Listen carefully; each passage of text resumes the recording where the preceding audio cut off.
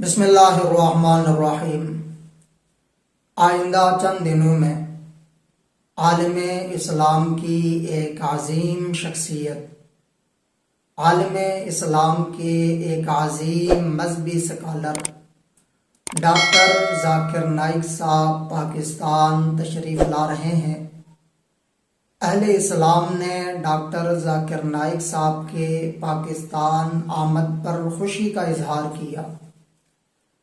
اہل اسلام نے ڈاکٹر ذاکر نائک صاحب کو خوش آمدید کہا، اہلاً و سہلاً مرحبا کہا۔ اہل بدعت میں سے بعض علماء کو ڈاکٹر ذاکر نائک صاحب کا پاکستان آنا ناگوار گزرا۔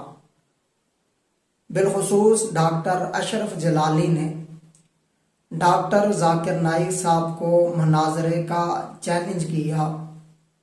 ان کا چیلنج سن کر تعجب ہوا کہ اشرف جلالی صاحب کو ڈاکٹر ذاکر نائک سے تکلیف کیا ہے، انہوں نے یہ مناظرے کا چیلنج کیا کیوں، وجہ کیا ہے؟ کیونکہ ڈاکٹر ذاکر نائک صاحب کا کام دیوبند کے خلاف نہیں، ڈاکٹر ذاکر نائک صاحب کا کام بریلویوں کے خلاف نہیں، ڈاکٹر ذاکر نائک صاحب کا کام اہل حدیثوں کے خلاف نہیں۔ انہوں نے کبھی بھی دیوبند والوں کو برا بھلا نہیں کہا، انہوں نے کبھی بھی بریلویوں کو برا بھلا نہیں کہا، انہوں نے کبھی بھی اہل حدیث علماء کو برا بھلا نہیں کہا۔ ان کی محنت یہودیوں کے خلاف ہے، ان کا کام عیسائیوں کے خلاف ہے، ان کا کام بدھ مت کے خلاف ہے، ان کا کام ملحدین کے خلاف ہے، ان کا کام سکھوں کے خلاف ہے۔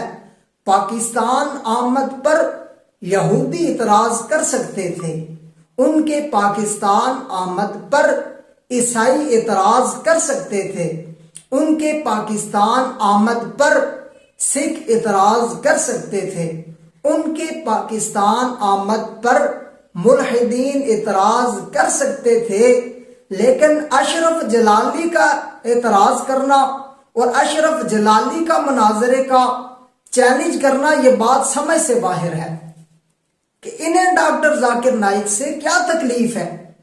ڈاکٹر ذاکر نائک صاحب کو اللہ پاک نے یہ صلاحیت دی ہے تقابل ادیان کے معاملے میں 10 لاکھ کے قریب غیر مسلموں نے ڈاکٹر ذاکر نائک صاحب کے ہاتھ پر اسلام قبول کیا۔ 10 لاکھ کے قریب اتنی بڑی تعداد میں لوگ مسلمان ہوئے۔ اشرف جلالی صاحب ڈاکٹر ذاکر نائک صاحب کو گستاخ رسول بتانے کی کوشش کر رہے ہیں، گستاخ رسول ثابت کرنے کی کوشش کر رہے ہیں۔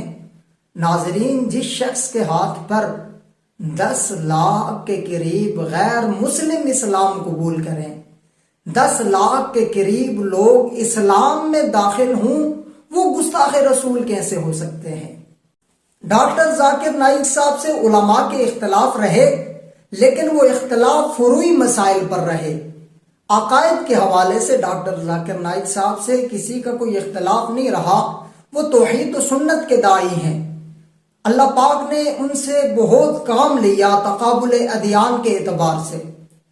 اشرف جلالی صاحب کا ڈاکٹر ذاکر نائک صاحب کو مناظرے کا چیلنج کرنا، اس کو آپ اس مثال سے سمجھ سکتے ہیں۔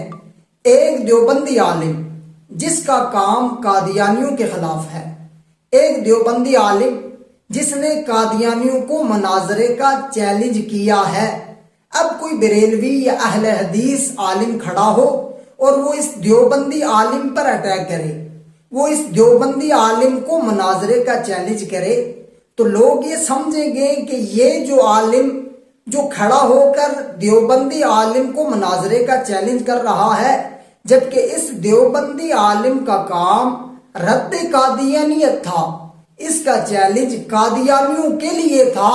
اب یہ جو کھڑے ہو کر اس کے چیلنج کا جواب دے رہے ہیں، یہ سمجھ میں آئے گا کہ یہ شخص قادیانی نواز ہیں، یہ قادیانیوں کے حق میں کھڑے ہیں۔ ڈاکٹر ذاکر نائک صاحب کا کام وہ یہودیوں کے خلاف ہے، عیسائیوں کے خلاف ہے، سکھوں کے خلاف ہے، ملحدین کے خلاف ہے، غیر مسلموں کے خلاف ہے۔ اب اشرف جلالی صاحب کا اٹھ کر ان کو چیلنج کرنا، کیا یہ تاثر نہیں دے رہا کہ اشرف جلالی صاحب کے ہی عیسائی نواز تو نہیں ہے، اشرف جلالی صاحب کے یہودی نواز تو نہیں ہے؟ اور ڈاکٹر اشرف جلالی کا ڈاکٹر ذاکر نائک صاحب کو مناظرے کا چیلنج کرنا یہ ویسے ہی ہے جس طرح انجینئر محمد علی مرزا نے امام کعبہ کو مناظرے کا چیلنج کیا۔ کہاں امام کعبہ اور کہاں یہ پلمبر مرزا، کہاں ڈاکٹر ذاکر نائک صاحب اور کہاں یہ گستاخ اشرف جلالی۔ پنجابی میں ایک کہاوت مشہور ہے، کیا پدی اور کیا پدی کا شوربہ، کیا حیثیت کیا ہے اشرف جلالی کی۔ اشرف جلالی اہل بدعت علماء میں سے ہے، اشرف جلالی کا تعلق بریلویوں میں سے ہے، اور بریلوی علماء کے ہاں اشرف جلالی گستاخ ہے۔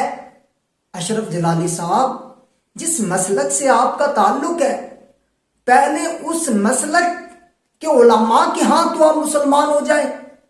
اشرف جلالی صاحب نے حضرت فاطمہ الزہرا رضی اللہ تعالی عنہا کی گستاخی کی، اس گستاخی پر انہیں گرفتار کیا گیا، آج بھی ضمانت پر اشرف جلالی پھر رہا ہے۔ یہ خود گستاخ ہے۔ ایک طرف ڈاکٹر ذاکر نائک صاحب جن کی دعوت و تبلیغ کے ذریعے 10 لاکھ کے قریب غیر مسلم اسلام میں داخل ہوئے، ایک طرف اشرف جلالی جس کا کام لوگوں کو گستاخ بنانا ہے۔ ڈاکٹر ذاکر نائک صاحب گستاخوں کو مسلمان بنا رہے ہیں اور اشرف جلالی مسلمانوں کو گستاخ بنا رہا ہے، یہ ان میں فرق ہے۔ مفتی طارق مسعود صاحب سے غلطی ہوئی، اشرف جلالی نے فوراً رد عمل کا اظہار کیا اور گستاخ رسول، گستاخ صحابہ اور گستاخ قرآن کہہ دیا۔ اب ڈاکٹر ذاکر نائک صاحب کی تقریروں میں رد و بدل کر کے انہیں گستاخ رسول ثابت کرنے کی کوشش کر رہے ہیں۔ یہاں سے آپ اندازہ لگا سکتے ہیں کہ ڈاکٹر ذاکر نائک صاحب حق پر ہیں یا اشرف جلالی حق پر ہے۔ ایک کا کام لوگوں کو مسلمان بنانا ہے، ایک کا کام لوگوں کو گستاخ بنانا ہے۔ اللہ پاک سے دعا ہے جتنے بھی لوگ دین کا کام کر رہے ہیں اللہ پاک ان سب کی حفاظت فرمائے، اور اللہ پاک سے دعا ہے کہ ڈاکٹر ذاکر نائک صاحب کا پاکستان آنا یہ خیر و برکت کا ذریعہ بنے۔ اللہ رب العالمین ہمیں علماء کرام سے سچی محبت عطا فرمائے۔ السلام علینا الا البلاغ۔